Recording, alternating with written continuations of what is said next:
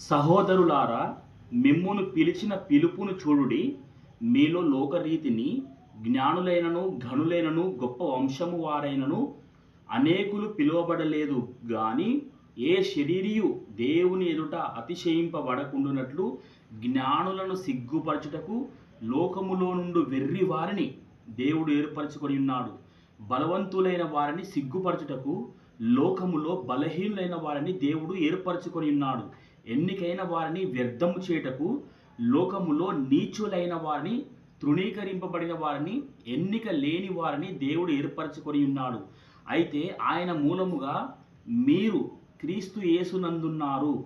అతిశయించువాడు ప్రభువునందే అతిశయింపవలెను అని వ్రాయబడినది నెరవేరినట్లు దేవుని మూలముగా ఆయన మనకు జ్ఞానమును, నీతియు, పరిశుద్ధతయు, విమోచనమునాయను.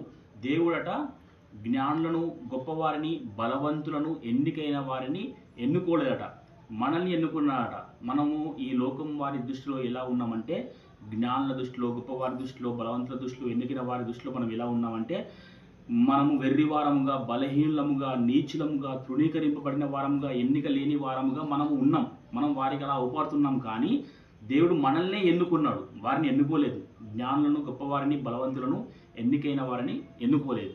ఆమేన్. Praise the Lord. హల్లెలూయా.